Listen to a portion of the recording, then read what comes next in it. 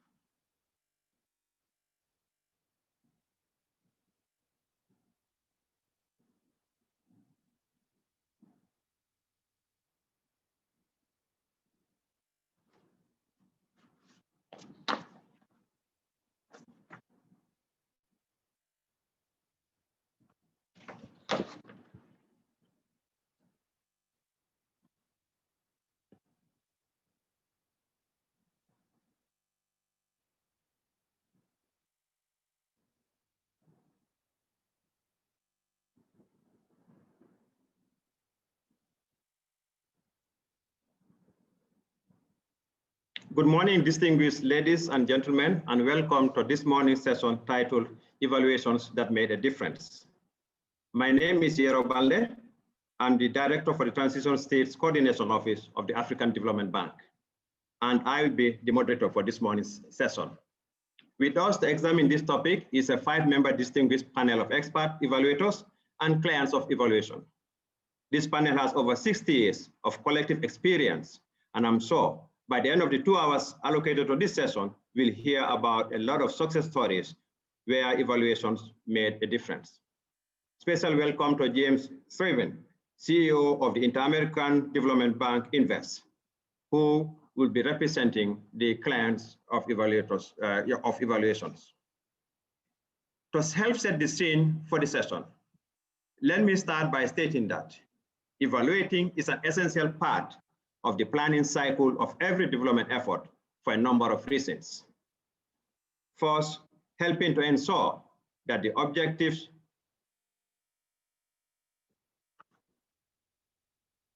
is everyone hearing? Well, I'm getting information that there is no audio before I Yes, proceed. we can hear you, sir.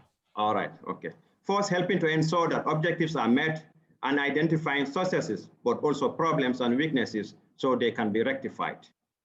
It has already been ascertained that to be effective, evaluation needs to be embedded within the culture of the organization. Its focus must be continuous improvement, and it has to serve the purposes of accountability and lessons. However, the road to an effective evaluation is a long one, and one of the key issues to ensure an organization gets there is through an evaluation practice that demonstrates its usefulness. But how do you get that usefulness? Simply, it is by making a difference. There was a period where the evaluation function itself has served more as a compliance mechanism than an improvement tool. We all remember the time when nobody reads evaluation reports, and reports were left lying on shelves unused. However, with much effort, organizations are moving forward to make the function more meaningful and useful. One of the main themes to support this evolution is that evaluations that were conducted within some organizations were effectively used to break a status quo, address significant challenges, and ultimately contributed to increasing development effectiveness. Given this context, the purpose of this session is to learn from the experience of various organizations, examples of evaluations that were able to achieve their intended goals, such as organizational change, behavioral change, process improvement, etc. This will help us identify what are the factors that ensured that these evaluations became game changers in their context. We hope to get from this session a better understanding of elements that should be in place and strategies that ensure evaluation actually made a difference. The session will be organized in two parts. In the first part, James Scriven, CEO Inter-American Development Bank Invest, and Joanne Asquith, Principal Evaluation Specialist, Independent Evaluation Department of the Asian Development Bank, will share the experiences of their respective organizations. Special welcome to both of you. African Development Bank appreciates fully the flexibility you have shown to be able to be with us here today. We recognize the time difference between Abidjan and Washington and Manila, respectively. These presentations will be followed by a Q&A and a panel discussion. I'll have the pleasure to lead the discussion between our two presenters and three other panelists. We have Joyce Napuri, Director, Environment, Climate, Nutrition, Gender, and Social Inclusion, International Fund for Agricultural Development, IFAD. Madusu Dahan Mampusa Seril, Division Manager, African Development Bank, Independent Development Evaluation, and Board Parent Evaluation Expert. This exchange will tap on their respective experience to first reflect on the presentations, and second, help us to find a common ground on how to ensure that every evaluation makes a difference. Participants can send questions through Zoom directed to any members of the panel or to all panelists. So let us get started with the two presentations. I invite James Scriven to make a statement. Thank you so much. Do you hear me well? For me, it's a real honor to be here, and thank you so much, Mr. Baldeh, for the invitation. And it's a real pleasure to be invited by the African Development Bank to share my personal views and be part of this honorable panel. I wanted to first, before discussing the topic at hand, development evaluations, let me introduce you to the institution I represent. As you may know, the IDEV Invest is part of the Inter-American Development Bank group, and it's focused on its private sector. We finance sustainable companies and projects to achieve financial results and maximize economic, social, and environment development in our region of Latin America and the Caribbean. As part of our mission, we seek to support the growth of the private sector clients through projects that contribute to sustainable development in the region in the main businesses sectors: agribusiness, technology and telecommunications, manufacturing, tourism, infrastructure, and energy.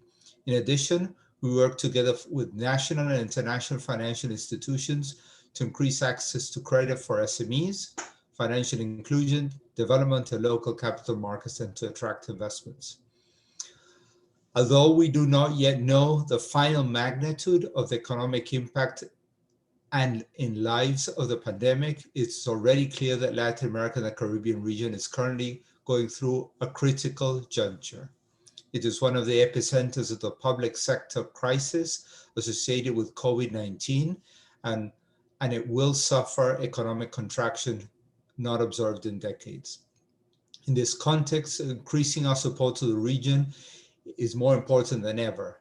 At the IDEV Invest, we have developed an end-to-end impact management framework that will be used to manage our portfolio throughout the project cycle, from origination and structuring to monitoring and evaluation. Monitoring and evaluation and learning from what we do is at the core of a continuous improvement approach. Our independent Office of Evaluation and Oversight has carried out several evaluations that have helped us transform how we work as an organization. Today, instead of focusing on our self-evaluation, I'm going to talk about how we use the findings of 2 evaluations done by our Independent Evaluation Office, one to improve our work with micro, small, and medium-sized enterprise, MSME, and the other to improve our work with financial institutions. Based on the recommendations from each of these evaluations, we designed and implemented action plans to guide our organization and operational changes. So first, we asked ourselves the question of why was this evaluation critical? To start, these evaluations were critical for 2 reasons. 1, relevance. Supporting MSME and working through financial intermediaries are at the core of our work as a development finance institution. These evaluations took a look at how the different IDB group private sector institutions were being consolidated into IDB Invest work in this area. And 2, timing. IDB Invest was launched in 2016, and these evaluations were carried out in the early days of our new institution. The timing was key to being able to incorporate the recommendations of evaluations into one new MSME and FI strategy. What was expected results of this evaluation? At the time, we already had an idea on what was working, what was not working in our operations MSME and FIs. The evaluation confirmed some of these ideas and shed light on other aspects that we had to improve.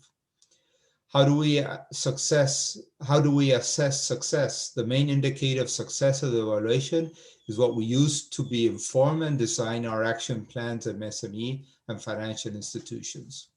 What were the success and benefits? What made a difference? The evaluation helped us design action plans to work with MSMEs and FIs. Regarding the MSME evaluation, the main takeaway was that the private sector window prior to be consolidated into IDB Invest had no competitive advantage of financing MSMEs directly, and therefore had very limited impact, both in terms of numbers and in terms of operations as a firm performance. We knew we had to do better. The action plan allowed us to change how we work with MSMEs. In a nutshell, we stopped direct financing to MSME, concentrated efforts on indirect financing MSME through financial institutions and value chains. We had also improved how we coordinate across the IDB group to identify the most effective ways to support MSMEs. From the evaluation of our work with financial institutions, the main findings related to development impact were: 1, the need to work with FIs that had clear business strategies with populations were trying to reach MSMEs, in particular MSMEs led by women and green lending. And 2, the need to focus on relevant portfolio instead of the firms financed by MSME. The new action plan are showing results. From 2004 to 2014, OVE, our independent evaluation unit, found that IDB Invest provided financing directly to only 177 MSMEs. Since 2016, IDB Invest more than doubled the number of SMEs financed every year. Additionally, the evaluations highlighted issues with a lack of evaluability of the operations approved from IDB Invest.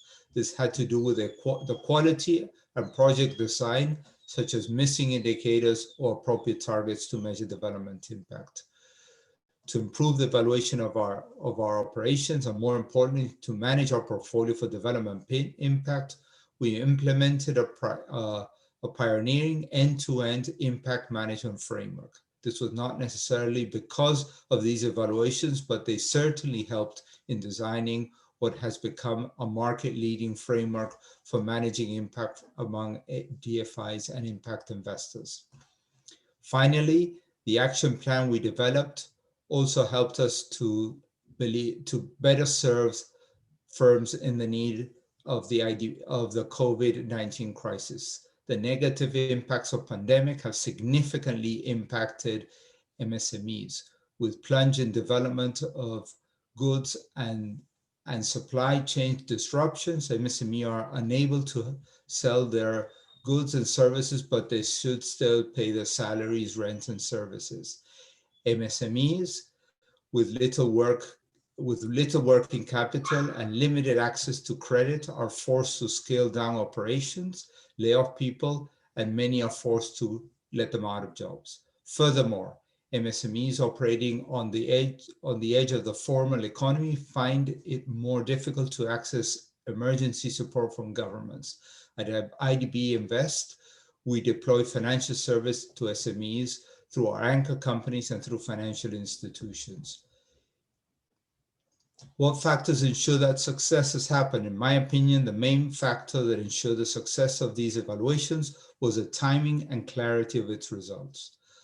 Of course, among other factors that ensured success was that we agreed with most of the findings and were already working in the directions of some of those evaluations recommendations, so it helped to reinforce the actions among the taken.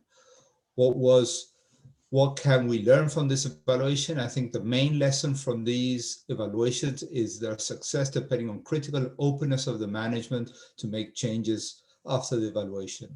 Because of this, I think it is key to promote within the management of an institution a culture of continuous improvement, where evaluations play an important role. In this culture, it is necessary to be clear that some evaluations will fail and will not produce results. Once we recognize this, it is easier to make changes. The relevance, clarity of the result, and communication styles are key to persuade management. Last but not least is the timing of the evaluation. Even if management agrees with the finding and is open to make changes, there might be other factors that make it difficult to implement the results. Thank you very much.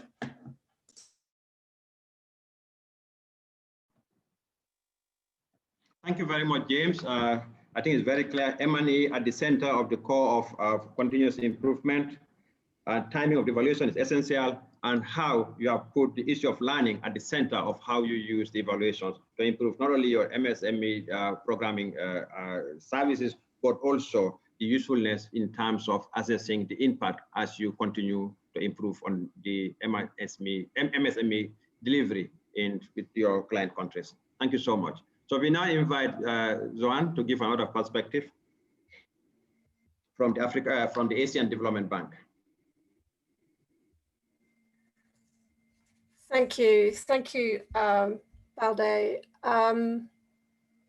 So I'm Joanne. I work at the Asian Development Bank in the Independent Evaluation Department. And before this job, I also worked in the African Development Bank. So I'd like to say good morning to everybody that I know from the African Development Bank. And thank you for inviting me, and it's a pleasure to be here. So I'm going to share my screen and stop the video. And if you'll just bear with me.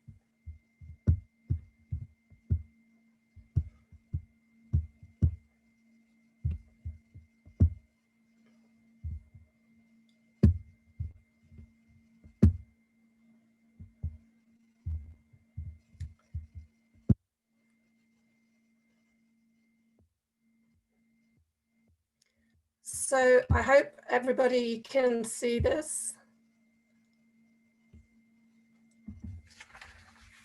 Can you see the screen? Yeah, it's clear, very clear. Okay, thank you. So in this presentation, I'm going to talk about three things.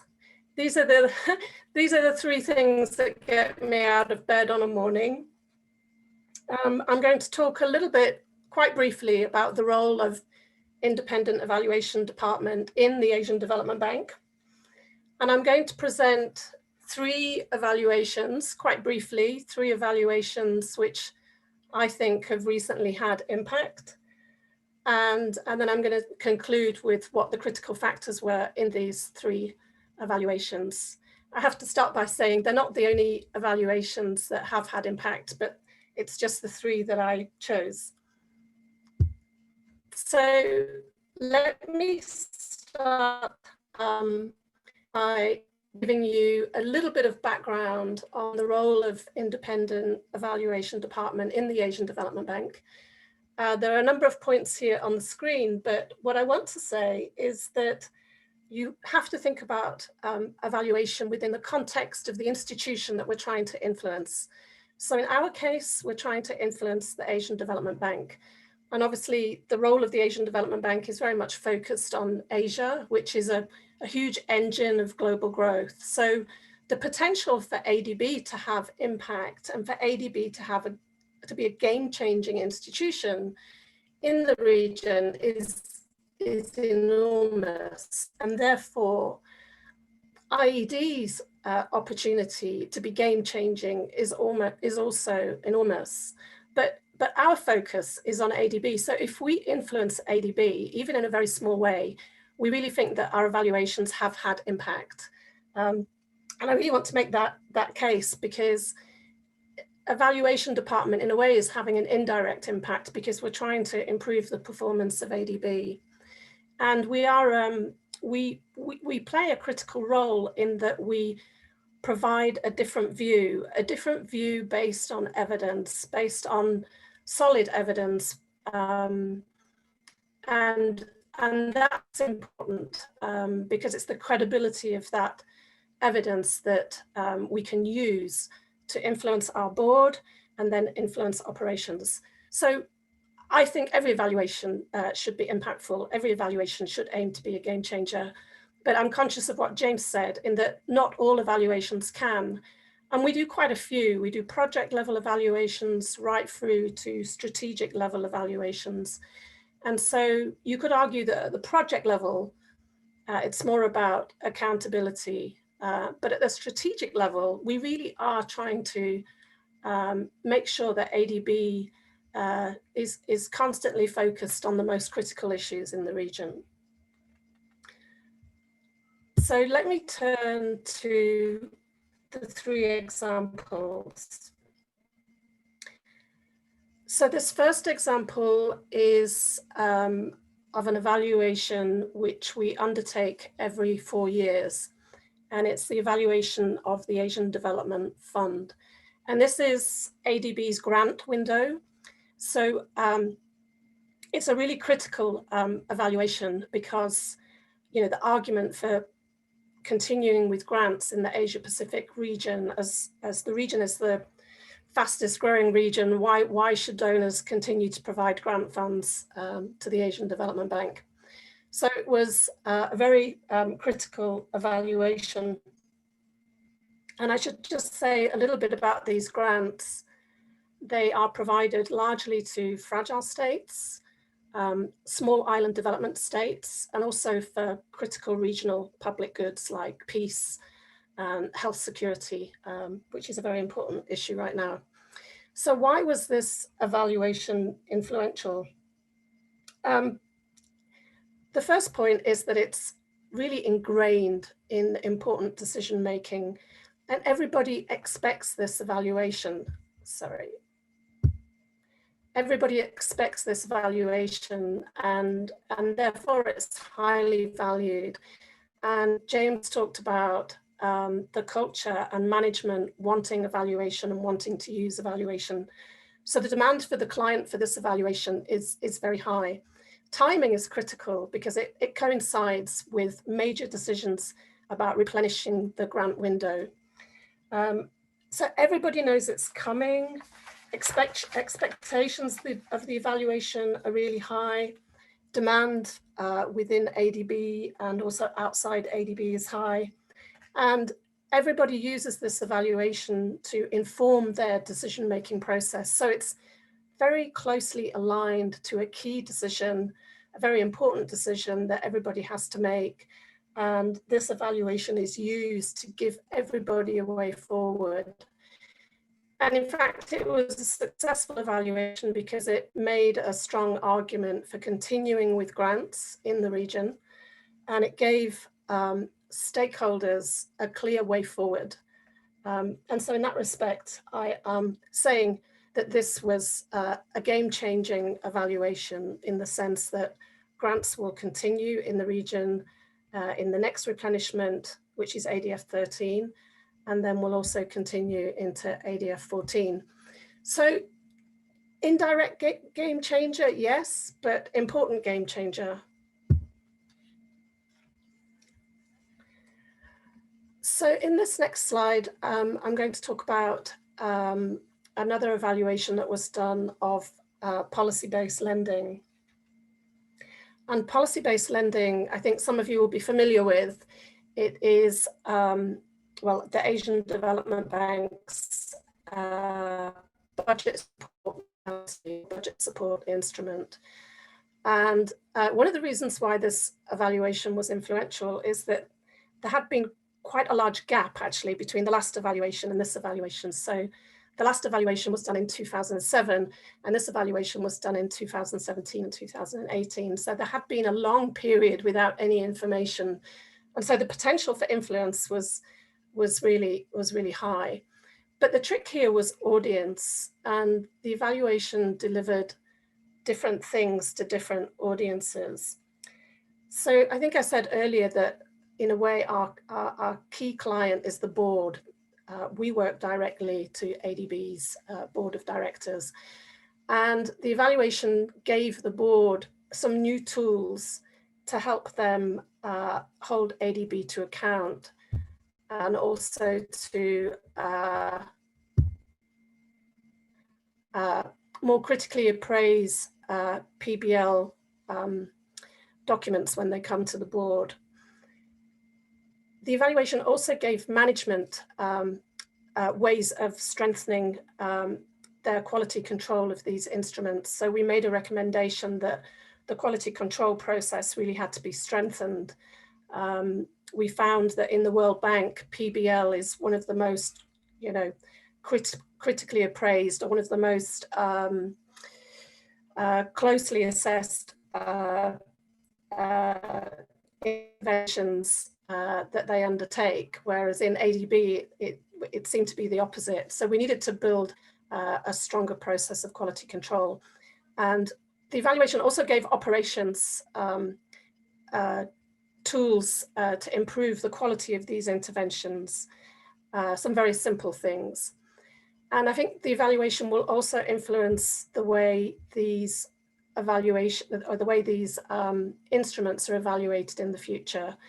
And with that in mind, we're also using the evaluation to produce a book, which is going to be produced with other MDBs. So the evaluation is having influence inside and also outside ADB.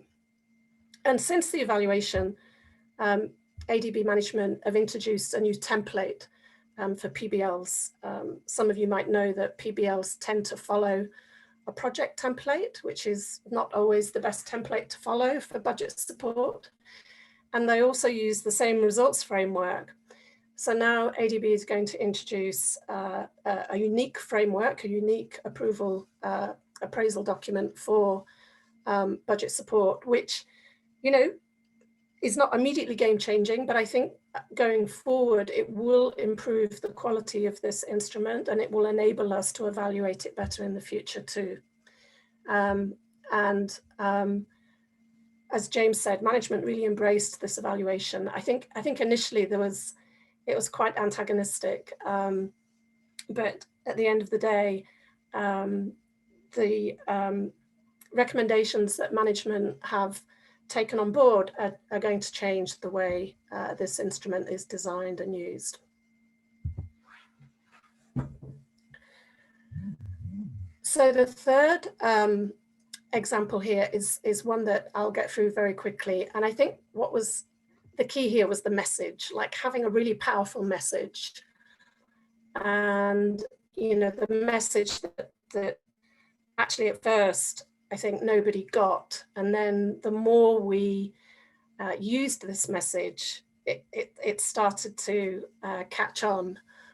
So it's a message that's also supported by, credible evidence. And the message was quite simple. What kind of institution does ADB want to be moving forward in the region? And given the region is growing quickly, you can argue that how does ADB stay relevant in the future? So the message was, do you want to be a finance plus bank, or do you want to be a knowledge plus bank? And this led to the board having a very serious retreat to discuss what the implications of this message would be for the organization moving forward. So at the moment, the organization is very much finance plus. So, you know, the organization makes loans and grants and knowledge kind of follows that. Or do you want to start with knowledge and then provide loans and grants and TA based on that knowledge? And if you want to be a knowledge bank, then it really has serious implications for how the organization is managed and operated and its whole structure. So it was the potential for game changing of this evaluation is quite large. So finally, in wrapping up, I mean, yes, evaluation is important. Yes, having a report is important, but there are other things. I mentioned some of them, a powerful message supported by convincing evidence, an evaluation that is timed to coincide with some important decision-making that the organization has to make. And then also, you know, a process that is valued by decision makers so that the evaluation supports decision-making and is kind of ingrained. It's a cultural thing, right? It has to be something that's appreciated and valued by management, because on its own, you know, if evaluation is too far away from the institution, then it won't be ingrained in that decision-making process. And also recommendations need to be closely aligned to inform key decisions. And audience, influence, you know, you have to keep going.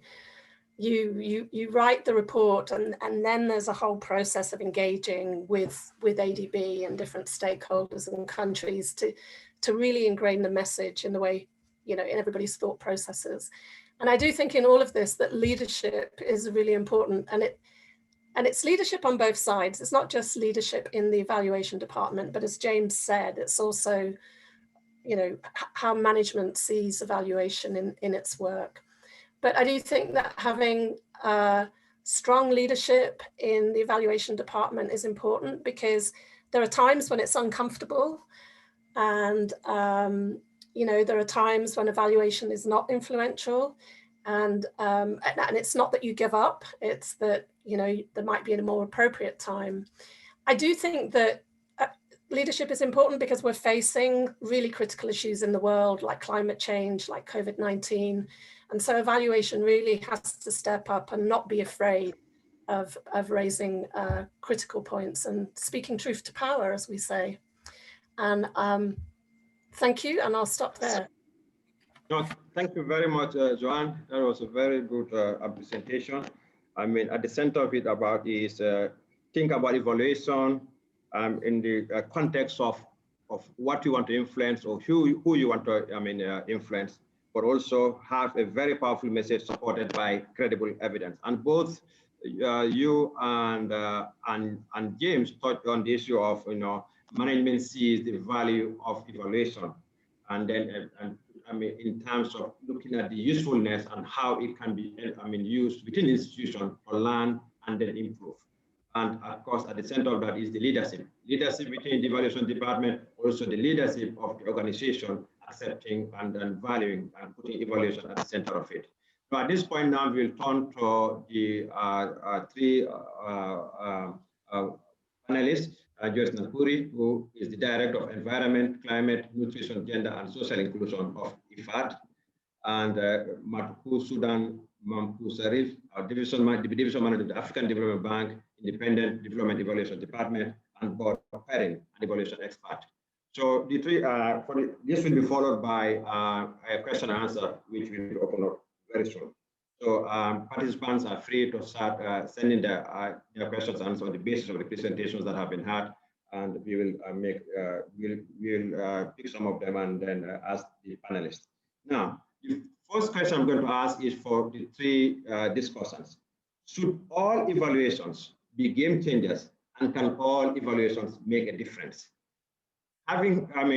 Usually listening to the presentations from both James and Joanne, what is your view in terms of evaluations as game changers, and can all evaluations make a difference? Let me start with Joanne.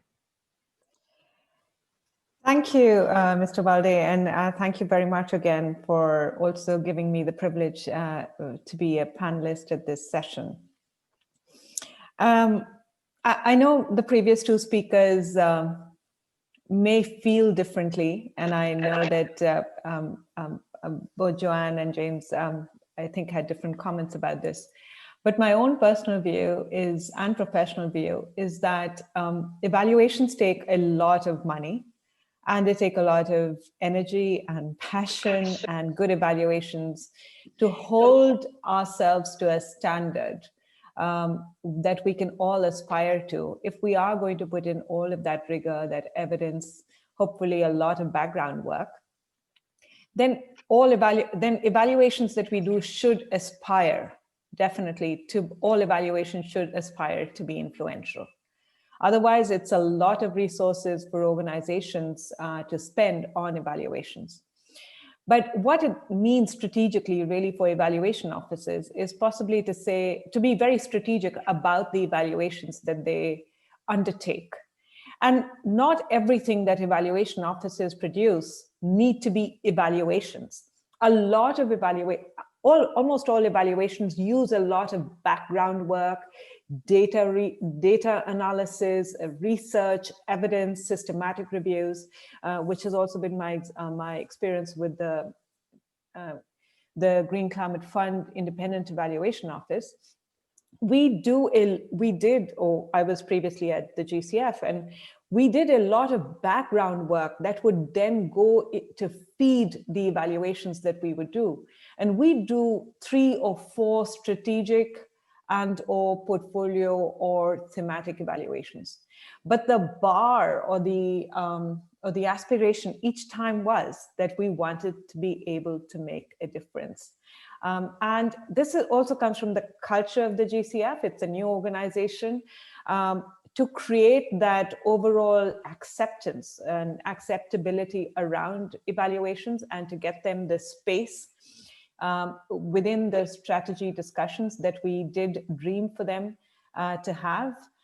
I think it was important for both the norm building as well as the reputation building around evaluations to then ensure that they were aspiring to be game changers, and that we were also creating this critical norm within the organization that evaluations that came along would seek to make the organization stronger, faster, better. So thank you.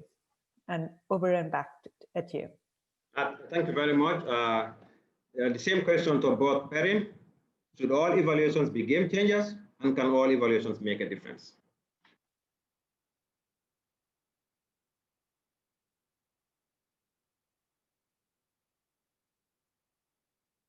What?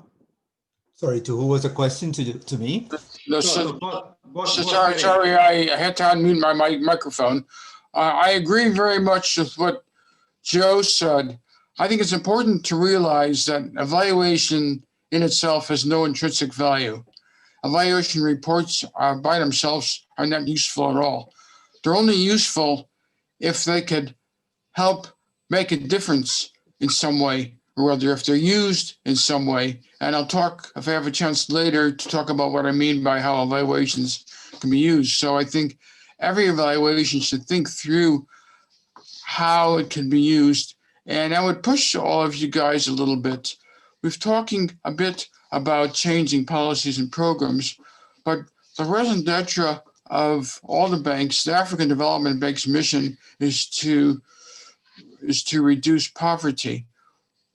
I would suggest that all evaluations should really think through what they can do to, in one way or another, or how to evaluations contribute, how to go about evaluating so that there is some focus on the real end user and intended beneficiaries. So this really will make a difference. Not all policies and programs, as we know, work out as intended, and evaluation can play an important role in identifying how they can be most effective in really helping the intended beneficiary. Thank you very much. The same question to Mathusudan Mampusele, Division Manager, African Development Bank, Independent Development Evaluation Department. You are muted. Your microphone is muted.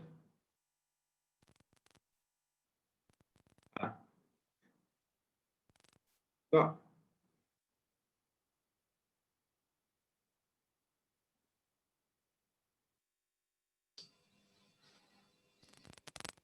No, I'm not hearing you. I think there's a problem with your microphone.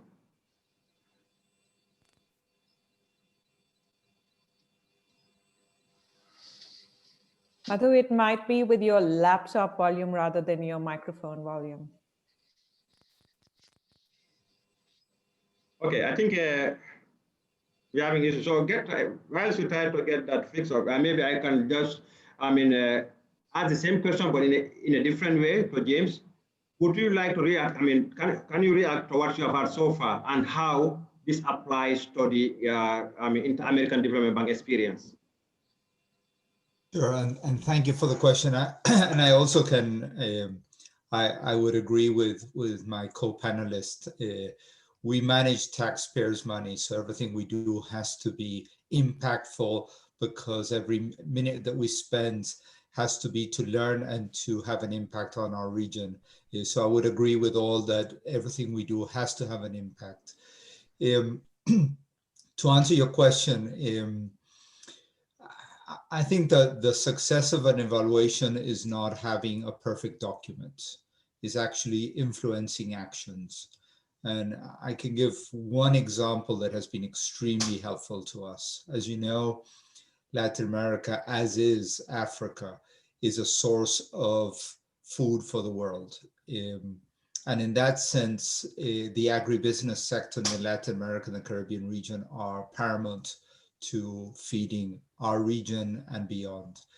This is a large business for us, our agribusiness sector, and the Independent Evaluation Unit looked at 20 projects that we did in the agribusiness sector and got tremendous feedback and learning exercise over what we had done. An example of this was a concrete action that we included in documentation going forward, what we call climate event clauses in the documents that we do with agribusiness sectors. So you can imagine how important this is in hurricane seasons. You can imagine how important it is in a pandemic. So I think these are good examples of what we call continuous improvement and how important the evaluations are on the impact that we work. So again, for me, the biggest impact that an evaluation can have is that leads to concrete actions. Thank you. No, thank you very much. I have a question from the audience, which I'm going to direct to Joanne Asquith. The question is, how are you using the new evaluation criteria in your evaluation work? Have you applied them in your recent evaluations? And could you please share your experiences in terms of evaluation criteria that you tend to use? You've talked about how you have, used the evaluation to influence the Asian Development Fund, so that it remains relevant and continues to provide grant resources, also in the policy-based so maybe a bit expanding on in terms of the criteria that sort of influence the work in that area and its application.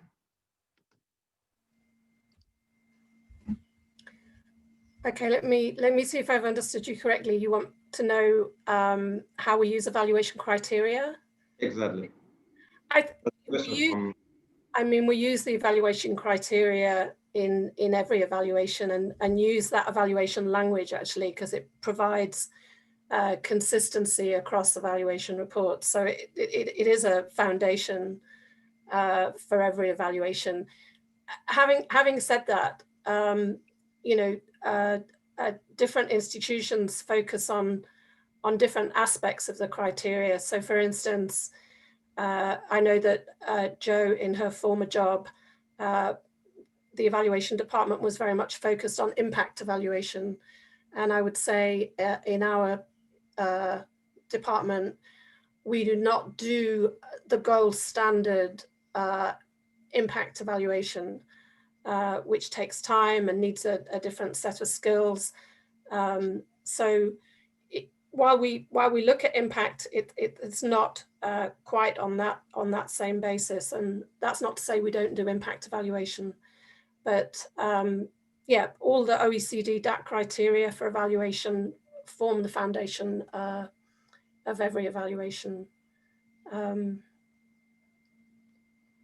But I'm interested actually in what Bert said about poverty, and I think that is very important, and I think that is a role that we play, if you like, to be that constant reminder to an organization that has a range of objectives, that the bottom line at the end of the day is improving people's lives. And that's why we do play a critical role, because I think it's important that you avoid this pack mentality, this group thinking, and I think evaluation can play that role in having a different view, hopefully based on sound evidence and sound evaluation. But in order to, bring something fresh and keep people thinking creatively and strategically about how these important objectives are achieved. So I think in that sense, we do have impact through having an alternative view and an alternative voice. I think that touches on the issue because, like, in terms of how you make sure that evaluations actually make a difference in terms of improving the quality of life, that poverty angle that Bob mentioned earlier. Now, I don't know whether Mahadus and Mampus, there is IT issue. Mr. Chair, can you hear me? Okay, we can hear you now. All right, So, okay, thank you. Okay, maybe I think what you can do now is just to give us, the African Development Bank perspective on so far what you have had. And also, I mean, as part of that, just to talk about how the bank is ensuring quality human resource capacities and ensure quality evaluations as well. Absolutely, thank you. Good morning again. I mean, the question that we are trying to answer today is how can we ensure that evaluations become game changers?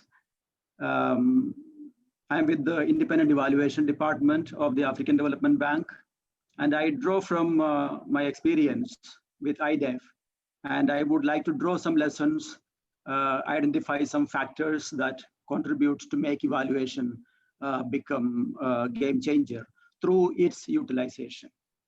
As you know, the Independent Evaluation Department evaluation function is reporting directly to the board and is mandated to contribute to the goal of improving the bank's development effectiveness. And this is to be achieved through three complementary objectives of learning, accountability, and building an evaluation culture. I am trying to look at the way the independent evaluation function is organized in the bank to deliver evaluations that are geared to utilization, thereby influence the decision that would advance development effectiveness of the bank. Basically, from our experience, also drawing from experience elsewhere, there are two determining factors for evaluations to have an influence. And the first and foremost is the quality of the evaluation, which includes timeliness as well as relevance, which the former speakers have highlighted. And the second is to enhance the use of the evaluation. A very important area is the knowledge sharing and follow-up and follow-up engagement. So in order to ensure quality of the evaluations, which includes relevance and the timeliness, there are three important things that we observe and that we practice. And the first is to have a work program and a work program review and update. And the second is to have a well-defined evaluation process. And third, quality assurance of the evaluations. So it is important to have a work program and work program review and update, which responds to the strategic goal of the institution, because we are expected to contribute to the development effectiveness of the institution. So the work program is prepared in a consultative manner, and it covers significant part of the portfolio. And also it also addresses advancement of the new priorities and programs of the institution. As you know, in the bank, we have the 10-year strategy and the high 5 priorities, which give a good direction to decide what we should evaluate in a given period of time. And then, more importantly, all types of evaluations are important because there is a synergy between different evaluations, and that really improves the relevance and acceptability of the evaluations. We address to the emerging needs of the bank for different types of evaluative information. So the revision of the work program, which is an annual work program, which is embedded in a 3-year rolling work program that enables us to decide what are the right evaluations to carry out. And then we have a very well-defined evaluation process, and that is absolutely important in order to produce efficient evaluations in a timely manner, as well as saving financial resources. So the process specifies every steps in the evaluation and how much time it takes and who is responsible for doing what. So that gives us a discipline in carrying out our evaluations. And the most important aspect is the quality assurance of the evaluations. We have a series of review processes. First of all, we follow the international standards that specify a rigorous methodology, scope, content, analysis, engagement, presentation, etc. of the report, and usefulness of the recommendations. So a rigorous review process, internally as well as externally, make sure that we comply with the international standards in producing high quality evaluations. And in order to, this is not enough. Producing high quality evaluation is not enough. It has to be supplemented, followed up by knowledge sharing and follow-up engagement with the management. So in order to improve, in order to enhance evaluation use, we have a strategy for knowledge management and communication. And then there are continuous engagement with the stakeholders, in this case, the bank's management. And then there are formal mechanisms in order to follow up to see whether the recommendations are actually implemented. And then one thing I would like to say is about the accountability learning balance. It is very important here. We have seen that the evaluations which are more forward-looking as well as learning-oriented have better chances of use. And we also have continuous engagement with the management in order to make sure that, in order to see that additional support may be required in order to implement the recommendations. Another important aspect is about engagement with international evaluation networks and organizations. That brings in additional, it is an incentive for implementing the evaluations. And lastly, inducing and increasing the demand for evaluation from the regional member countries. So there are specific actions we have in operation in order to enhance the use of the evaluations. So we find that all these things taken together increase the utilization of the evaluation. Thank you, Mr. Chair. Thank you very much. Maybe also now I'll then shift the question back to board parent. You brought in the issue of making sure that we go beyond only the preparation of quality reports, evaluation reports, and also making sure that it is used to influence decision programs, but assess it in terms of how it improves the quality of life. In your experience, how should evaluations play that role and serve as game changers in that context? Can you elaborate on that? Both parent. I think thank you for this question because it's a very important one. I think we're facing a couple of paradoxes.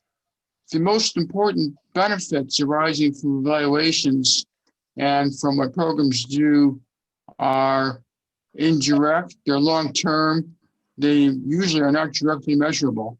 And the second one is that the most important impacts almost never, I would say, poverty reduction, for example, comes directly through just one influencing factor. It's not just what one program the bank does, but it interacts with what a lot of other actors do as well. So one really needs to appreciate this whole context and looking at what kind of impact one can make. To address this, the first thing is to be upfront about this. When planning an evaluation, think through the entire theory of change about what the intent is, how the given evaluation is expected, what it's looking at, the program or policy is looking at, what is the expectation, are there opportunities to really make a change in people's lives, in the environment, or really what's really the ultimate intent of the program. Are these factors taken into account? Because there are certain kinds of data which the evaluation could provide, which might give some hints of it. For example, we don't see too often in evaluations input from really the intended beneficiaries who are supposed to benefit from this, getting their experiences and input into which evaluation can do. It's hard sometimes for programs to do this at the bank level, but evaluations have the potential to really reach out to the grassroots and provide this kind of input and data. So it really provides some focus on what is needed. And to constantly ask, to what extent is what is being done? Are there other kinds of questions that evaluation could be asked, data it could be providing, which could really provide some more focus on the end user? That's a quick response. Maybe I'll leave it at that for the moment, and we can come back to this because it's a really important question. Yeah. Thank you very much. And now to Joyce Napuri. In your recent previous experience, you were the head of evaluation at the Green Climate Fund. Now you are the Director of Environment, Climate, Nutrition, Gender, and Social Inclusion. So in that dual role as an evaluator or now as a client of evaluations, how do you ensure that evaluations are actually utilized? A really good question, Chair. Thank you. Yes, I realize that I'm in a very special position where I've advocated for, can you hear me? Yes, we can hear you clearly. Yeah, I'm in a very special position because I've advocated for evidence-informed policy and strategy for almost half of my professional life. And now in my position at the International Fund for Agricultural Development, I have to put my money where my mouth is, essentially. But this is exactly the stand that we hold almost all professionals to, isn't it? We expect, at least where we are all sitting, and I think we all come from a single school of thought, which also makes this conversation possibly a little less interesting than it should be. Because we all agree on some things fundamentally. But I think the point that we do all agree on is that we should be evidence informed, and we should be knowledge informed when we are designing policies, strategies, programs, etc. So one of the key things, and this is exactly the hat that I wore, or I think I wore, when I was head of independent evaluation at the Green Climate Fund and previously as well, which is, what would I be doing if I were sitting in a strategy position? And so it really pushed us to think about evaluations as both supportive of making the organization, the strategies, the programs stronger, faster, better. And in fact, that became the tagline for the office. So one of the constraints that I faced when I was starting off the independent office at the Green Climate Fund was that there had been no previous evaluation function. And whether right or wrong, I think there was a widespread belief that evaluations would only would be conditions that would be further imposed on the programs or the loans and grants or the investments that the Green Climate Fund made. And so a large part of the constituencies, so the board actually did feel that evaluations would only turn out to be additional conditions on GCF investments, which countries could ill afford to adhere to, especially at this point of evolution of the Green Climate Fund. So the challenge there was really to wear both hats. One, the hat of GCF management to try and understand what they could find useful. And second, to also see as to how we could convince the organization's masters essentially to see that there was a value in these evaluations. And I think we dealt with this essentially by doing that role play.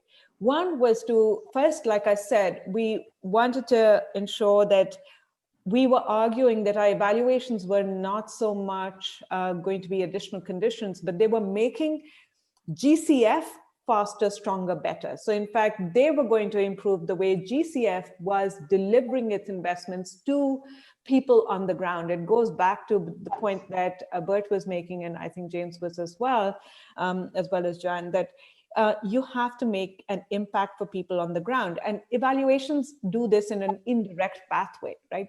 We don't, because we don't have our own operational program on the ground. What we do is we ensure that the evaluations can affect processes as well as the products of the organization. And so the first line of argument was we're going to make the processes faster, stronger, and better.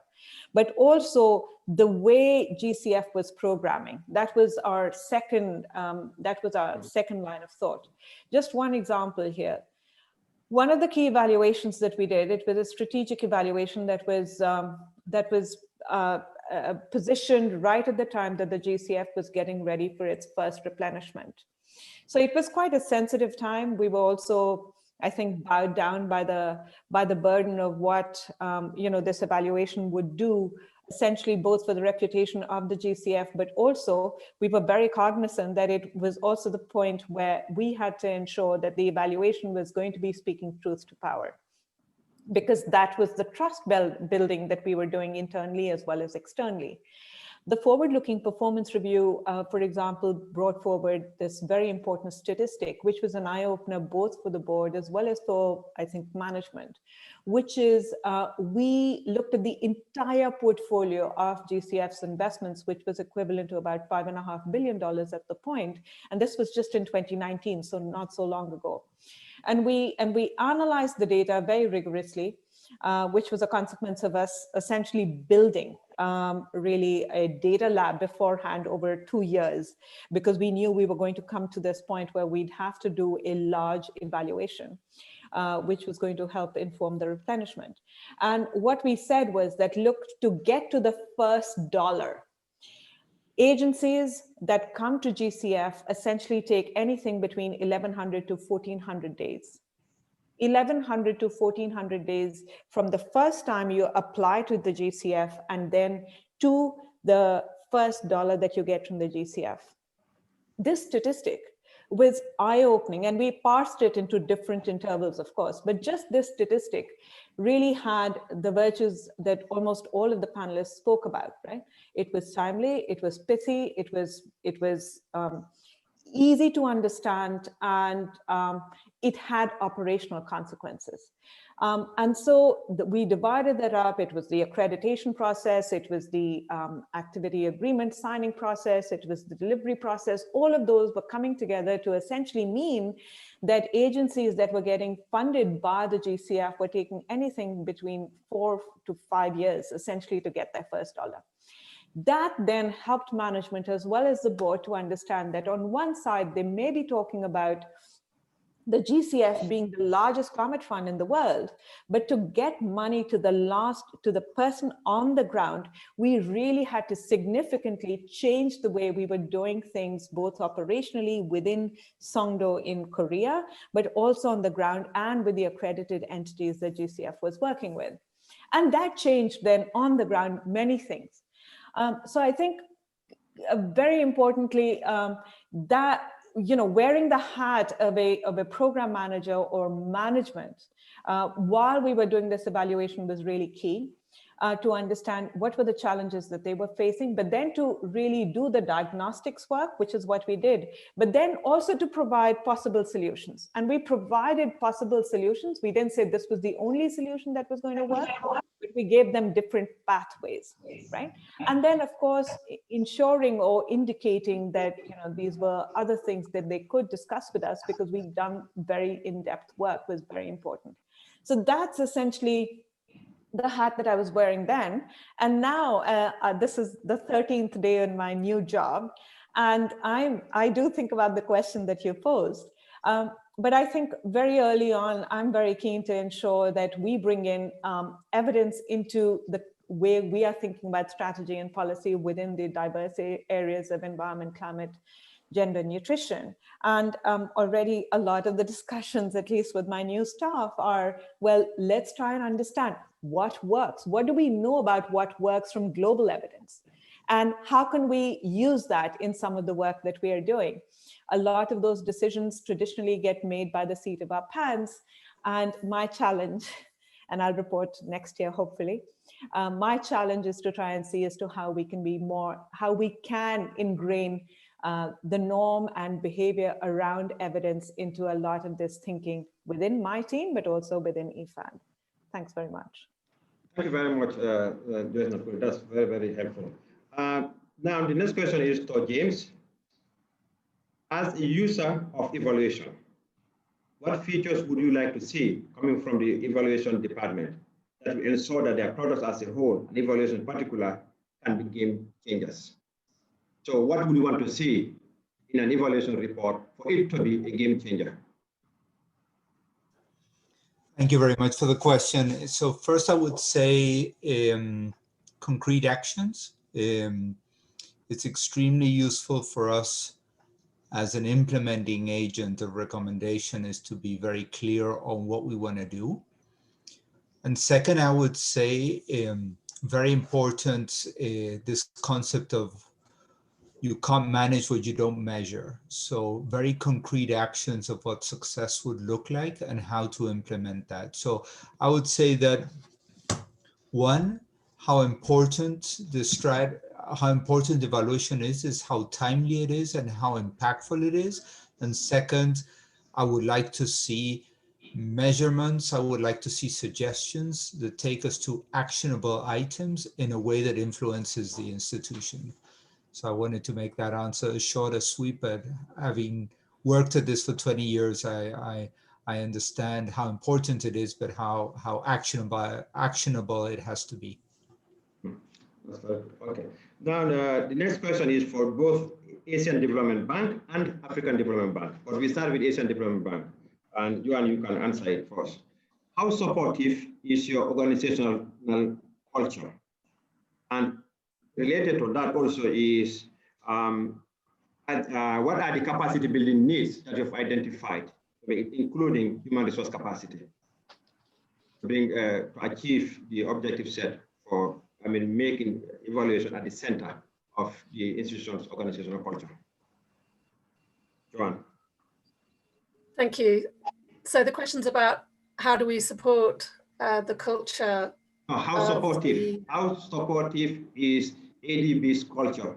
Oh, how supportive is ADB's culture? And also whether how do you ensure the capacity is developed to ensure quality evaluations? I want to see what MDBs are doing in that regard. Maybe we could be. Maybe it's time to be a little bit more controversial, and I would say to some extent that the ADB culture is not very welcoming of evaluation.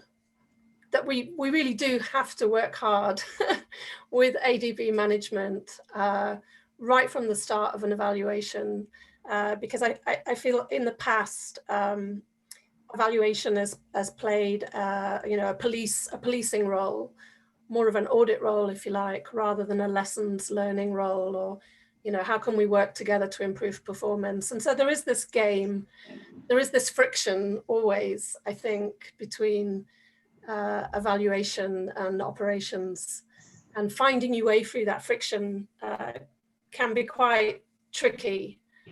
And I mean, there's a great example at the moment where we're actually evaluating ADB's culture, management culture. And so defining that and getting everybody onto the same page, even before you do the evaluation, is quite hard work. How do we build that culture, or is it how do we build our own capacity for good evaluation? There is self-evaluation in ADB, and we do play a role in training ADB staff to do self-evaluation, because to some extent, you know, we rely on quality self-evaluation. That makes our job easier, particularly at project evaluation level, but also at higher strategic evaluation level as well. So there is I would say a substantial amount of investment goes into developing ADB's capacity for self-evaluation. I think that perhaps we don't make enough investment in ensuring that evaluation is built into operations. And so, you know, we talk about the impact on poverty and are we making a difference? To some extent, it's very hard for us to see unless operations have built in the need to collect evidence on that. So they themselves are driving, operational people themselves are driving the need for evidence, that it becomes their responsibility and not just our responsibility. It has to be part of the culture of operations that they want to collect evidence to inform themselves. So we do invest in that, not enough in operations. Yeah, the self-evaluation function could certainly be strengthened, and needs to be strengthened in order for us to be more to as an independent evaluation department. Then we are, you know, validating their work rather than inventing it from scratch, if you like. So the culture for evaluation needs to be built, the capacity for evaluation needs to be built on a constant basis. So new staff coming into the organization need to be trained and so on. We also invest in building evaluation capacity in country. This is quite new for us, but it is beginning to happen, particularly in the South Pacific region, where we're planning to work with the University of South Pacific to build evaluation culture, not just for ADB's benefit, but for donors, for all donors in the region, because the evidence base in the Pacific is really thin. In order to build it, we need to start by building capacity in that region. I hope that helps.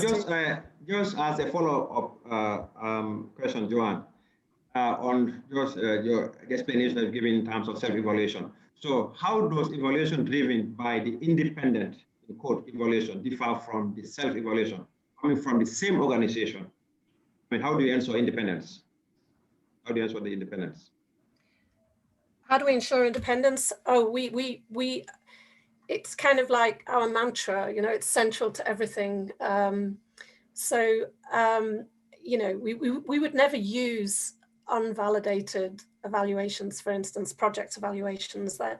So self-evaluation work by ADB is validated by us. I think the other thing is that our relationship is with the board, directly with the board. So we're accountable to the board. They are our client. And, you know, when we produce an approach paper for evaluation, while we work with management, I mean, we drive evaluations. I mean, we work very hard to protect our independence. It's I don't know, I think it's the word we use in every other sentence. Mm-hmm. Okay. All right, thank you so much. The same question to Moderator Sudan. we bring in the African Development Bank perspective in terms of how supportive is the organizational culture, but also the capacity development dimension of it, including human resources. Thank you, Chair. The organizational culture in the bank has become more supportive of independent evaluation, which is a good news. Over a period of time, there has been greater acceptance for evaluations that carry uncomfortable critical messages. But in the last 5 to 10 years, we have seen a change on the part of the management to accept such evaluation findings and recommendations, which are really, if you could say, hard-hitting.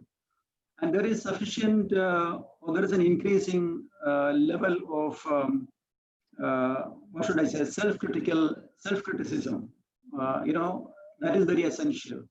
So the management itself, the colleagues in the operations and management, they are very sufficiently self-critical, and that makes our job much better, easier, because we don't have to hesitate to say, to speak truth to the power, as we say.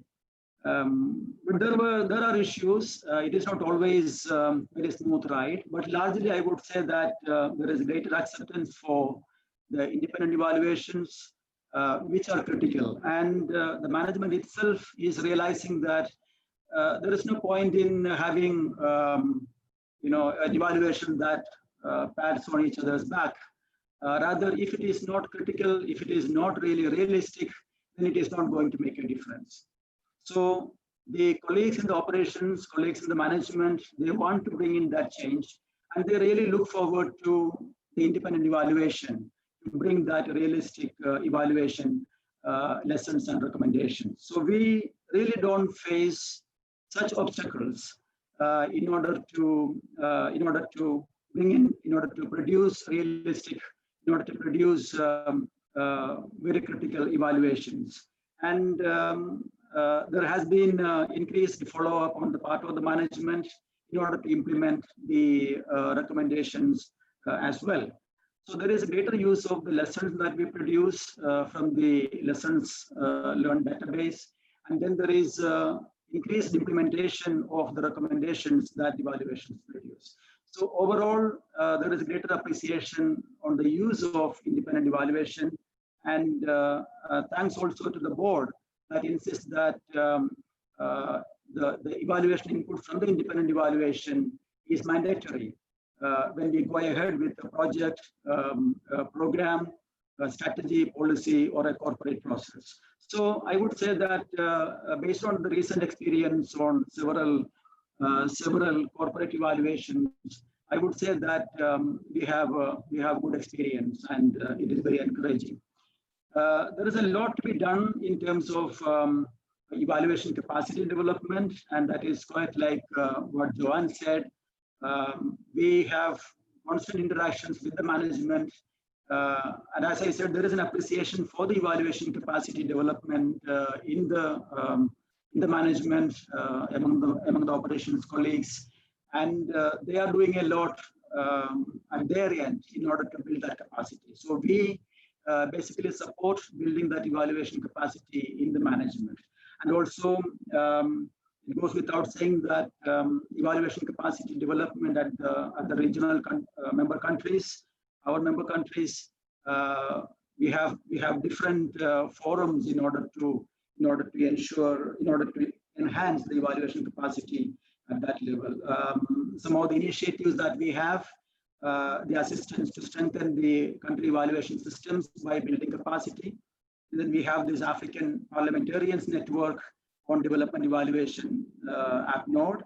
We have Embedding. We have evaluation platform for regional African development institutions, EPRADI, and also support for Africa. So through different media, we try to build evaluation capacity. We also directly support started directly supporting some countries in order to build their evaluation systems, building capacity at that level. So, but that is work in progress, and a lot remains to be done. Thank you, Chair.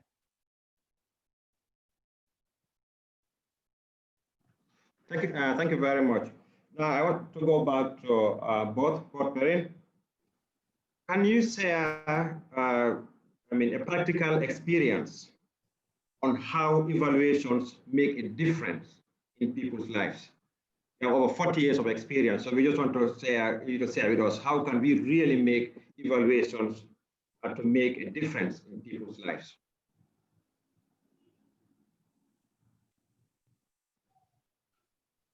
What? Oh, sorry, I didn't realize that was for me.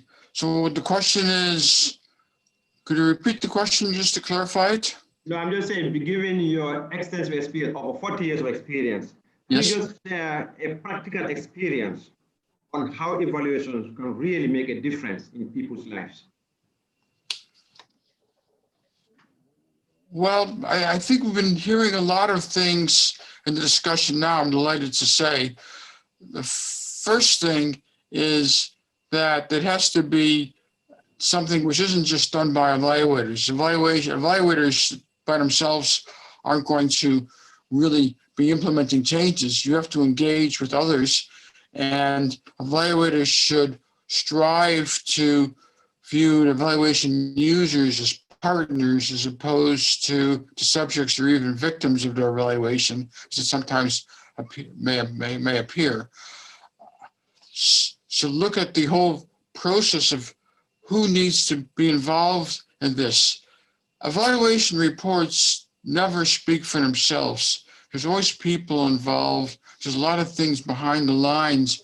So the process of how evaluation is done has as much, if not more, to do with whether it's going to be used and how it will be used as what the evaluation report actually says. I mean, there's a term for this, process evaluation, where the process of evaluation itself can lead to use. And by engaging the stakeholders as much as possible in the evaluation process, this can help build commitment, understanding of evaluation, and a desire to really act upon evaluation. So the evaluator has to see themselves as much as a facilitator as a researcher, and really getting the people engaged who can then take things one step further.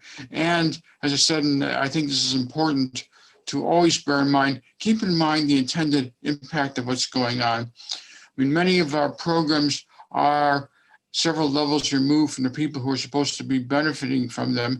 And it's all too easy to forget about this and just get sidetracked on just a particular kind of outputs or maybe even initial outcomes one's working on. So by bearing in mind what the intent of all this is, it can help pose the kind of questions which evaluators might be able to ask, kind of data which you collect, and the kind of things which policymakers should be thinking about.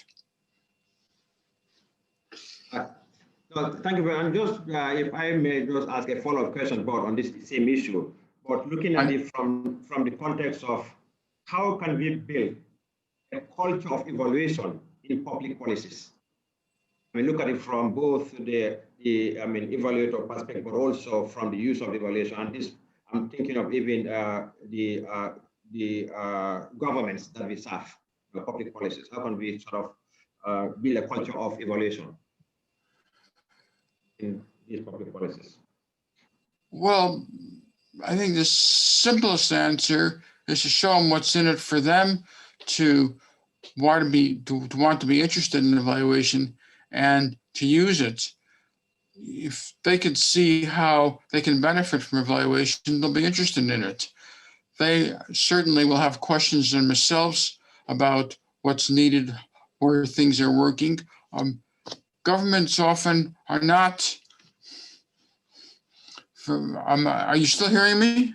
Yeah, clear. Okay, I'm sorry. So governments themselves often don't have a direct line to what's happening at the grassroots, and maybe not always, but often might be interested to hear that. Evaluators can help with that, provide for different perspectives, to provide forward-looking ideas, things they can think about and consider, but also, perhaps even more importantly, evaluators are often considered rightly or wrongly to be focusing on all the inevitable shortcomings and glitches and problems rather than what is working well, people respond really better to positive reinforcement than to punishment. If we could help identify those things which are working well and which can be done, which should be continued, maybe expanded, perhaps be modified or done differently.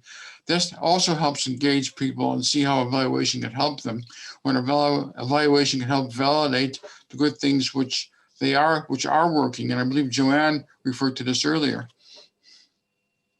Does that help? Yeah, that's very helpful indeed, Bert. Now, there's a question. This question is I directly asked to James and Joanne. The question is, do ex-ante evaluations increase the corrective value of the evaluation function more than ex-post evaluations do? And how often are the former carried out as ex-ante evaluations? And we start with James. I'm sure, I mean, from both the IFC perspective and IDB, you must have done a lot of ex-ante evaluations as well. I think very much, and thanks for the question. I think sometimes we feel that ex-post evaluations probably are a bit too late. And I think before we do an assessment of a strategy or how we work, ex-ante evaluation would be extremely helpful. Let me give you one example of how we worked on this. The Inter-American Development Bank private sector has not had traditionally an equity business. And I remember having a debate with the board of how important it is to develop a new strategy to implement its equity business. And the board asked in conversations with us an independent evaluation about what other institutions and how they have developed their equity business. And that, I must say, it was one of the best evaluations I've seen in my 20 years experience in development finance. And it was extremely helpful in developing a new strategy and implementation of our equity business. So that's one example of how I've seen it work in practice and very useful for us. Joanne?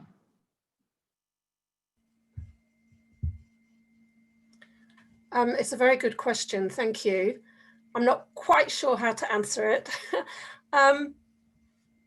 We do, in IED, we do ex-post evaluation. Although having said that,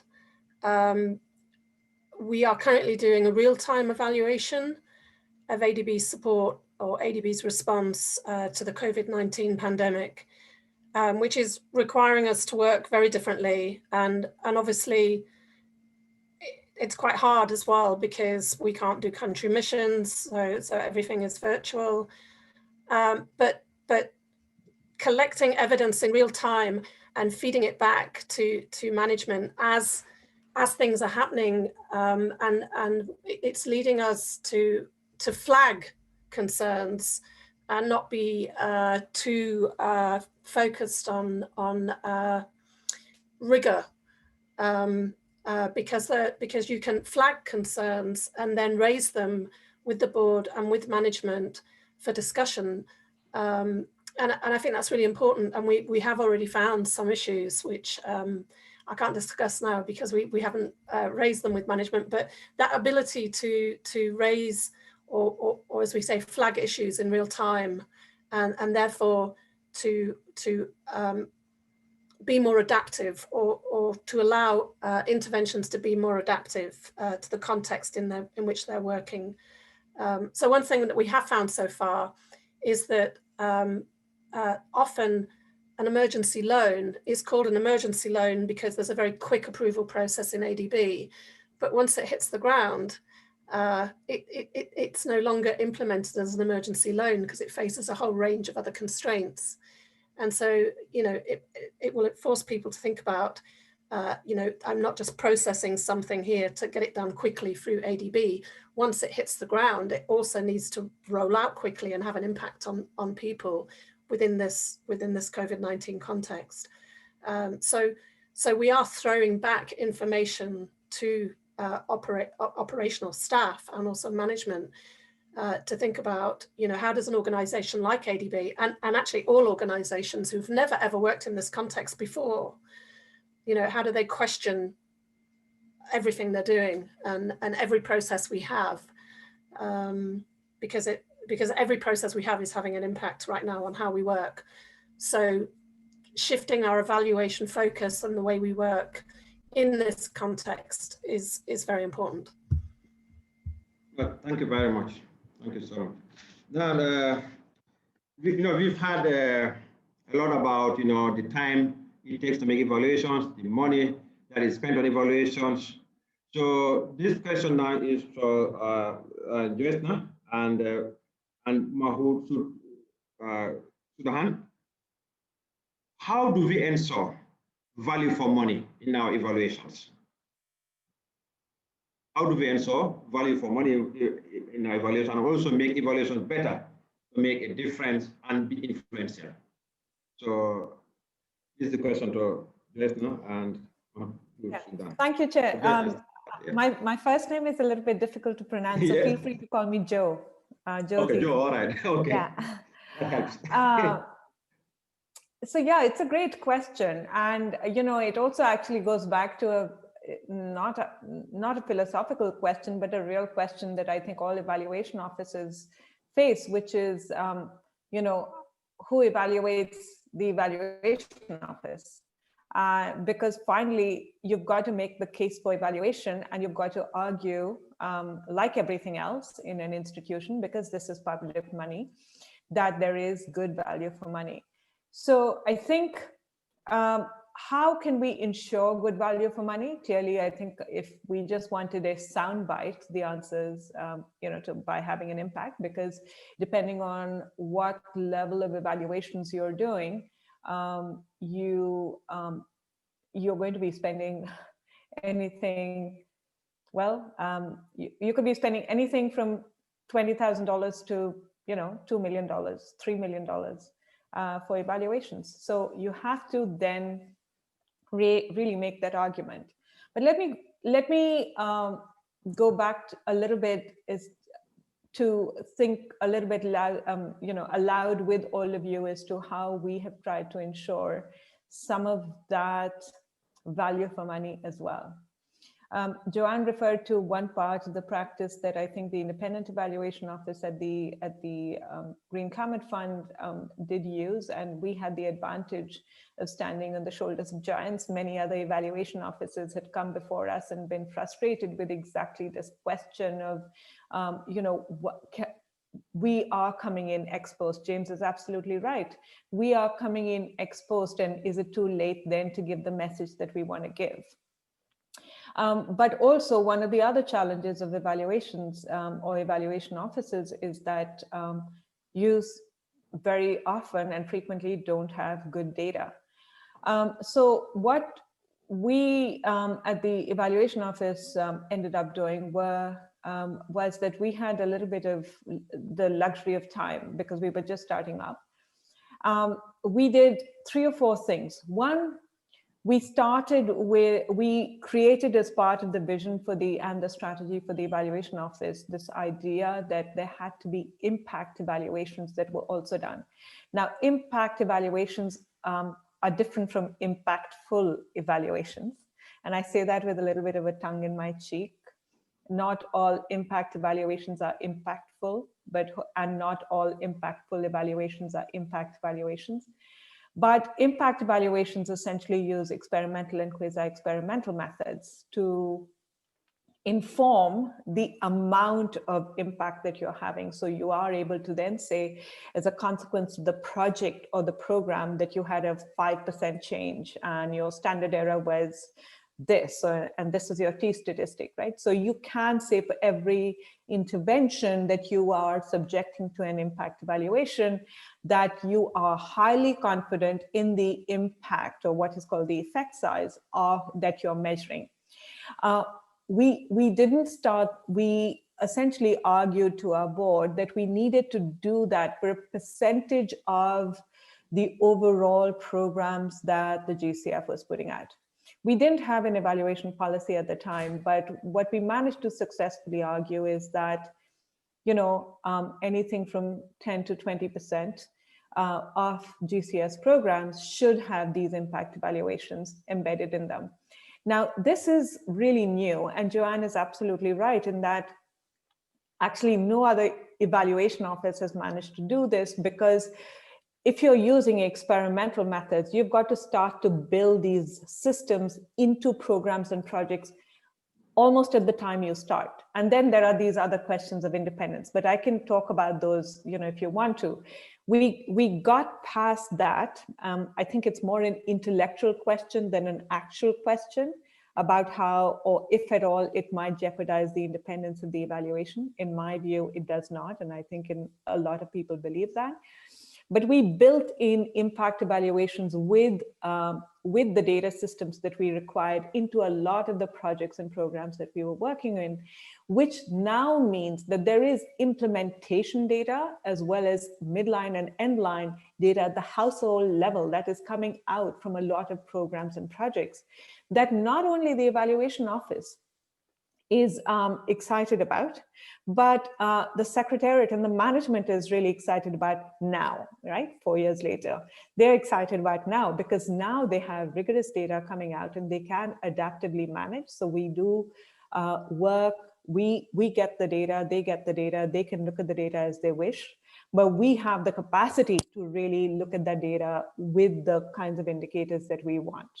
But what we are confident in is that they have the right protocols and the training on the ground to at least build those data systems. And we are not going to be ruining the fact that those data do not exist for a percentage of the projects. So that acts as both value for the Secretariat, also for us, but it also acts as an incentive for the Secretariat and for the field officers to then engage themselves a lot more with us so that they can start to see as to what is occurring, both in terms of impact, but also in terms of implementation, what is occurring, right? So that's one. The second way in which we have built in, I think, value or a pathway to get value from these evaluations is that we focused a lot, not just on evidence that is coming from the GCF or from other international agencies, but we've also focused on global high quality evidence. So systematic reviews, evidence maps that look at the academic literature are built in then into almost our planning horizon. And some of it came about almost like it emerged from, how we had structured it, but it wasn't all planned this way.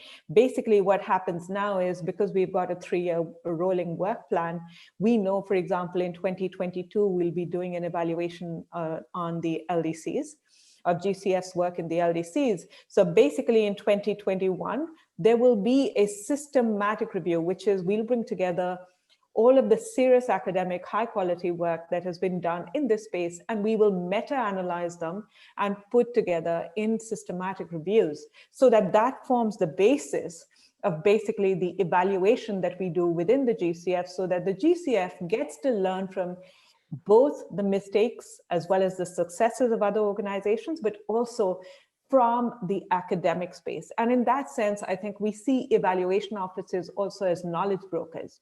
We see ourselves at the cusp of theory and academia on one side and practice and implementation and operations on the other. And we feel that it is our job to then take from the global knowledge space things that are important and relevant for the organization that we can curate, synthesize, and analyze, and fold them into also learnings for the Secretariat so that the GCF can be faster, stronger, and better. And then last but not least, I think where we are looking to build and how we are focusing on building value for money is, I think, related to something I mentioned at the outset, which is in almost all of the evaluations, we're focused on being influential. That's the bar. Without apology, if the evaluation is not going to be influential or impactful at either the operational level or at the strategic level, we won't advocate for it, and I won't take it to the board. Thank you. Oh, thank you very much, Joe. Thank you very much. I will just pass on the same question to both, and then I'll come back to Madhusudan later. So both, can you answer the same question of value for money? There are just a couple reflections on this. First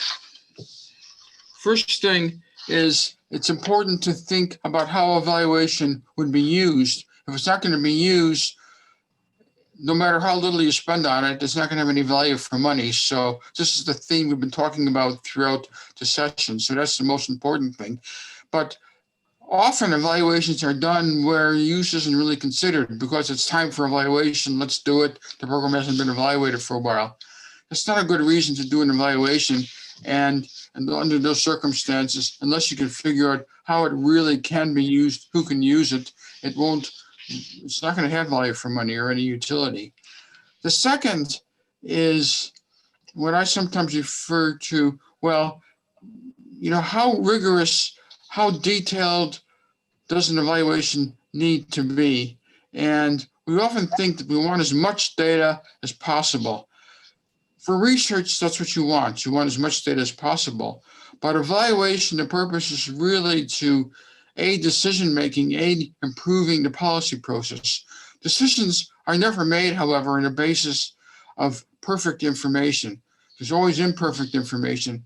And how much information, how much confidence do decision makers really need in a given situation in order to move forward?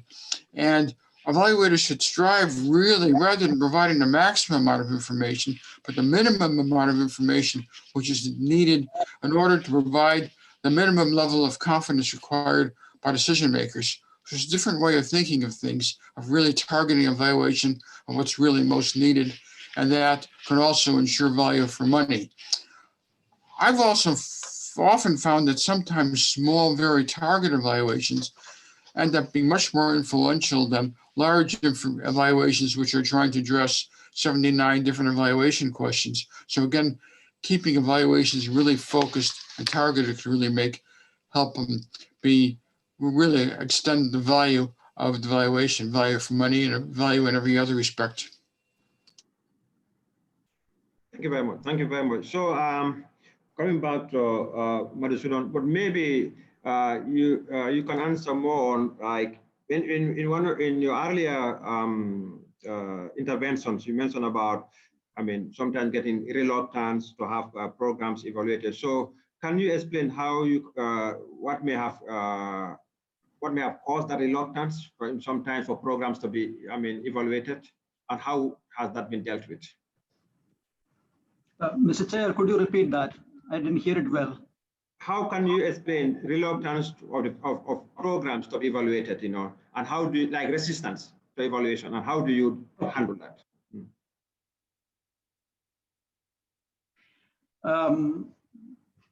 In fact, I don't have a good example of a major resistance we had in carrying out the evaluation.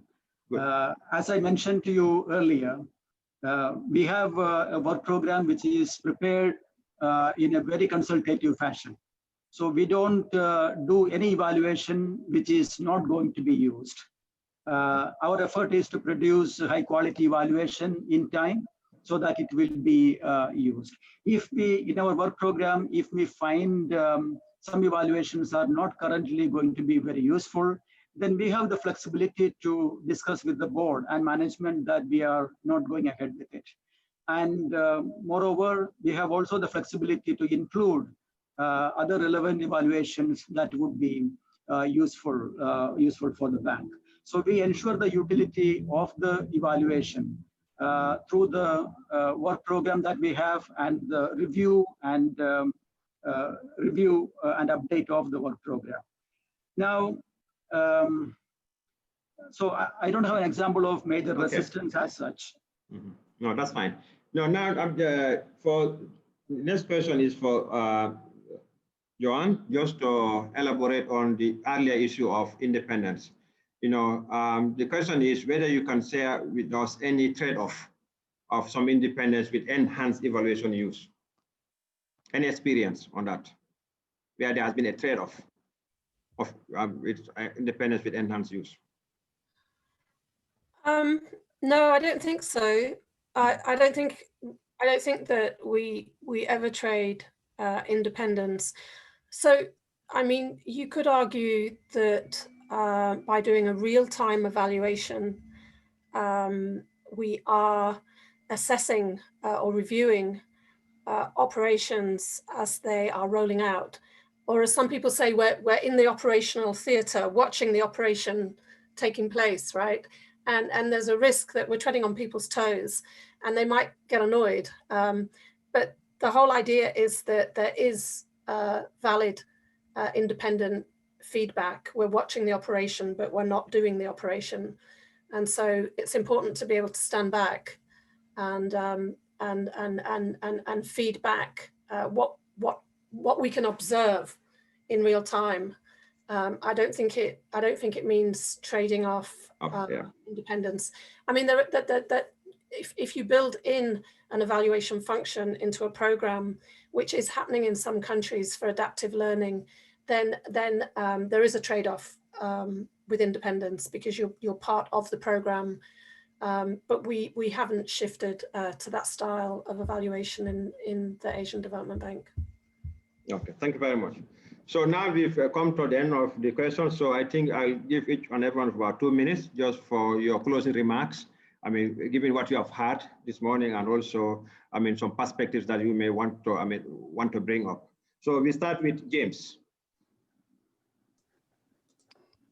Thank you very much. And I think a lot has been said. I would just want to go back to my first point.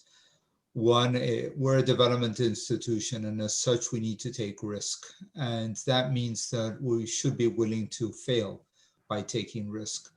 But what we can't fail is in how much we learn about that. You can trip on a stone once, you can't trip on a stone twice. So that's a big learning experience for me. Test as much as you can. We're in the development space. If we don't take risk, we're not doing our jobs. But more importantly, learn from that experience and improve. That would be my final thought. And thank you very much for this invitation. Thank you so much. Thank you so much, James. Joe, you can be. Joe, your final remarks, but you can also talk a bit on the independence as you want. Thank you, Chair. Yes, so perhaps just a quick comment on the independence question and then my final remarks, if that's okay.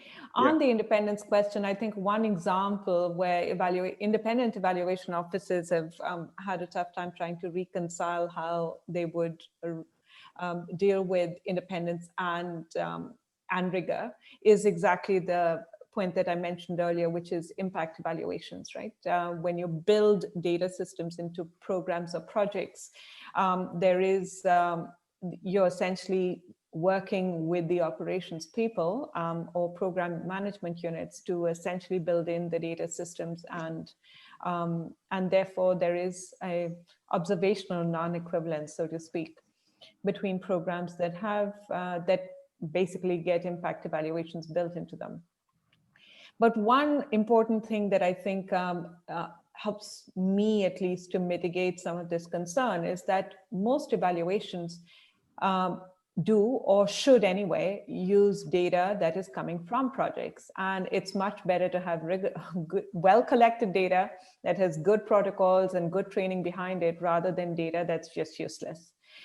So it also becomes an ethical responsibility, I think, for us to ensure that the data is well collected and is useful. Just to give you an example, there are so many projects that I've been to that will, because you know, the program unit on the ground doesn't have sufficient training, will collect baseline data on just about every household that they are going to be targeting. That's useless. You can get almost equivalent information from sampling and save your monitoring and evaluation budget and use a large part of that for your end-line data. You can also use just the same amount, and I can give you tons of examples of where we haven't not had to increase the M&E budget of the project, but what a lot of our orientation towards impact assessment and measurement of impact has helped projects to do is to, within the same budget, essentially just produce better data, which is useful for them and is useful for us.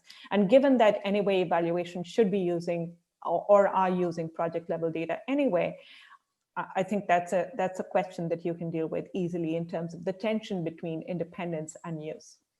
I can talk about that endlessly, but I won't. So my takeaway messages, really, I like using acronyms, as some of you will know. And my takeaway messages is PRIME, P-R-I-M-E. P stands for priming. People hate to be surprised. So build that in. People, get defensive. If you come out with evaluation messages completely anew and afresh right at the end of your evaluation cycle, it just makes people defensive. And if you want to make useful evaluations or produce useful evaluations, you've got to prime them as soon as you start to get your findings. Rigor, R-P-R-I-M-E, R is for rigor. Build rigor with data, with evidence synthesis, with global evidence into your evaluations to the extent that you can, but also with exhaustive portfolio data. Most organizations now have that. I in PRIME is for incentive.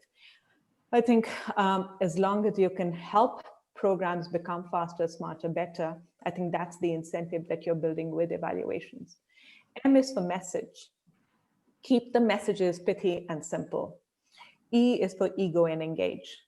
Behavioral science says that if you want to bring about change, you've got to appeal to you've got to engage with people and you've got to appeal to their egos. PRIME, use that. Thank you. Thank you very much. Thank you very much. Joanne? Thank you. I think Joe summed up everything. I could end R to the end of primer. End of prime to get primer. And R, I was thinking, what could R be? And I think it would be regularly challenge yourself as an evaluator, because sometimes evaluation can become very comfortable, and it's really important. And it was raised by another comment by Bert. Bert raised it. You need to get your hands dirty. You really need to get out into the field. Because we can be very HQ based. So you need to challenge yourself to regularly be in the field and keep refreshing as well your knowledge, because as well as evaluation departments having a learning function, it's very important that as evaluators we also continue to learn and try new things and try new approaches. Don't do the same old evaluation approach. Bring in something new, bring in something that will challenge us as an evaluation department and also challenge management to see things in a new way. So thanks, Joe, for Prime.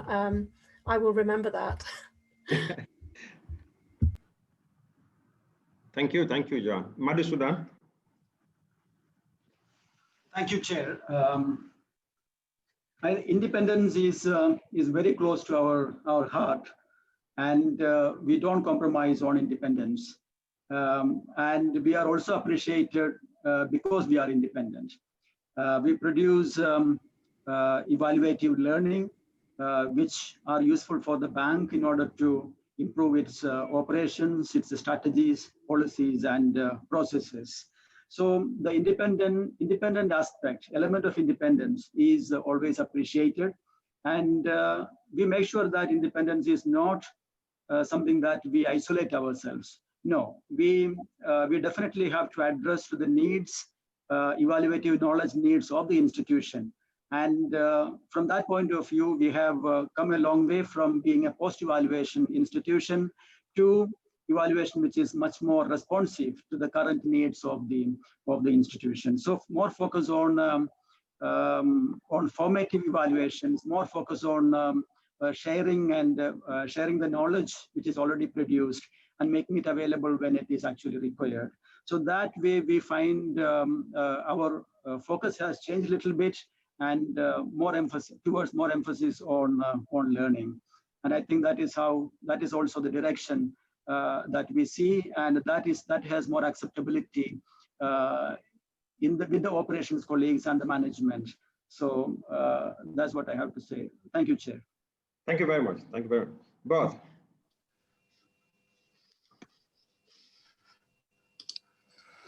Thank you. I just have some concluding remarks and a couple slides to illustrate this. First, I think the most important thing is I think IDEV should really, AfDB should really be congratulated for taking on this really important topic. If evaluations aren't used, they have no value. There's no use to them. There's no value for money. So I think it's really critical to think of these ways. So you should be complimented for taking this on. Now,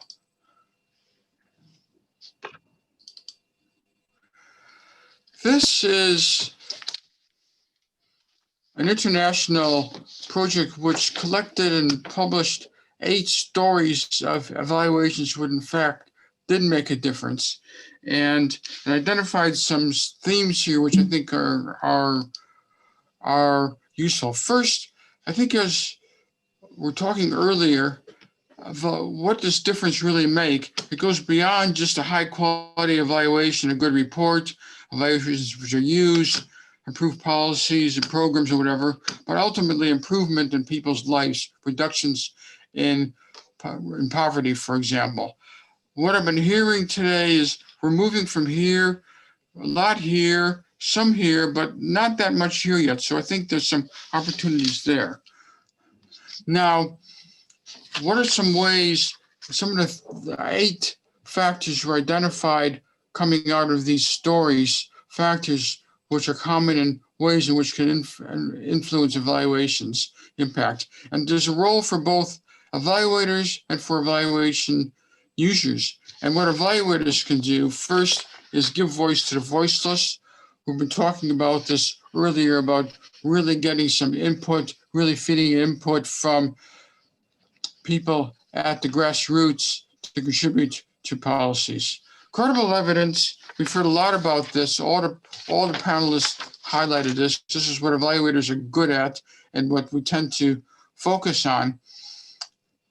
It's really important, but what makes evidence credible? What we need is evidence not just about what's worked or not, but also about why or why not.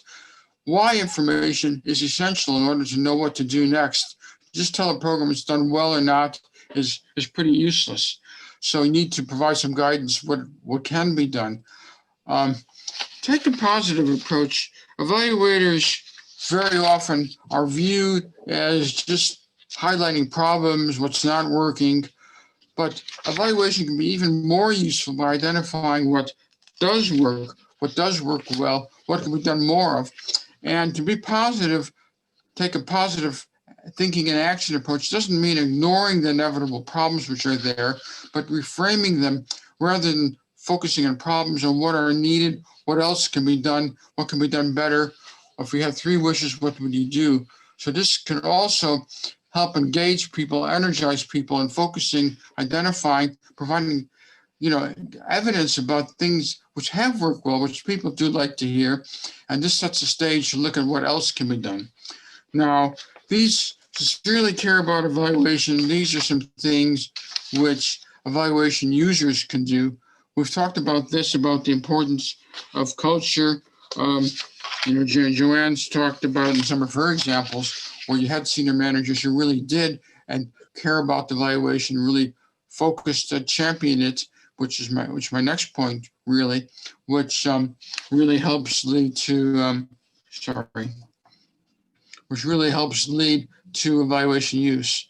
Now, things which both evaluators and evaluation users can do, most important, arguably, in evaluation is to actively engage users and intended beneficiaries in the evaluation process.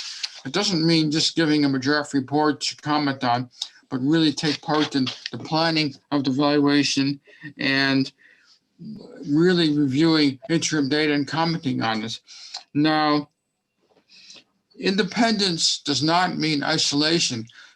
I think rather than just coming up in isolation with recommendations, evaluators can be more useful at giving an opportunity for some of the key stakeholders to review and discuss some of the emerging findings and develop potential recommendations themselves. What I've found in this case, people are likely to be harder on themselves than anything an evaluator might say, which they would be willing to accept. It just doesn't take back from the that the evaluator ultimately has to speak the truth and speak truth to the power if necessary, but just helps really engage people as well. Embedding evaluation within the program. This, in our context, this is perhaps self-evaluation comes closest, where people are thinking evaluatively. Part of acting is also acting. How are things going? What else should we be doing? Can we do things a bit different? So evaluation really becomes part of the process. Now, Joanne was saying self-evaluation, perhaps we could do it a bit better. I think there's some opportunities here to really make self-evaluation more of a meaningful exercise, really, rather than just going through the motion. And focusing on evaluation impact, this is where I started out, to really think again about why we're doing evaluation, how the ultimate intended beneficiaries of the banks are really engaged in this. So again, congratulations to all of you for really taking on this really important topic and doing so well. And the stories can be available here. You should have access to it. It's available in English, en français, and Espanol. And the supporters was Eval Partners project, but the ADB and IDB provided support for the French and for the Spanish versions. And here's some of the key contributing partners in this. Thank you so much. Thank you so much, but I think this really sort of brings together all the pieces, and thank you all panelists for an excellent session. I certainly have no words to summarize all that has been said. I mean, you've all spoken well, and I think certainly it has been a very successful learning exercise for me. As a user of evaluation, I've seen the value for money in it, especially in how it is influencing the fragility agenda of the African Development Bank. So thank you so much for, the good discussion that we had. And I'm sure most of the participants, just like me, have really learned a lot from it. I also want to take the opportunity to thank the interpreters and also the IT support for making this event, possible. And indeed, the organizers of the Evaluation Week for African Development Bank. Thank you so much. Thank you so much. Bye-bye. Chair, I do want to say, not to take your thunder away, but although, of course, I enjoyed the session, but you were excellent as a chair. Yeah, I really want to congratulate you. You were fantastic. Thank you very much. Thank you. Thank you so much. Thank you. I agree. Yeah. Thank Thank you. you. Bye-bye, everybody. Bye-bye. Bye. Bye. Bye. Thank you, Chair. All right.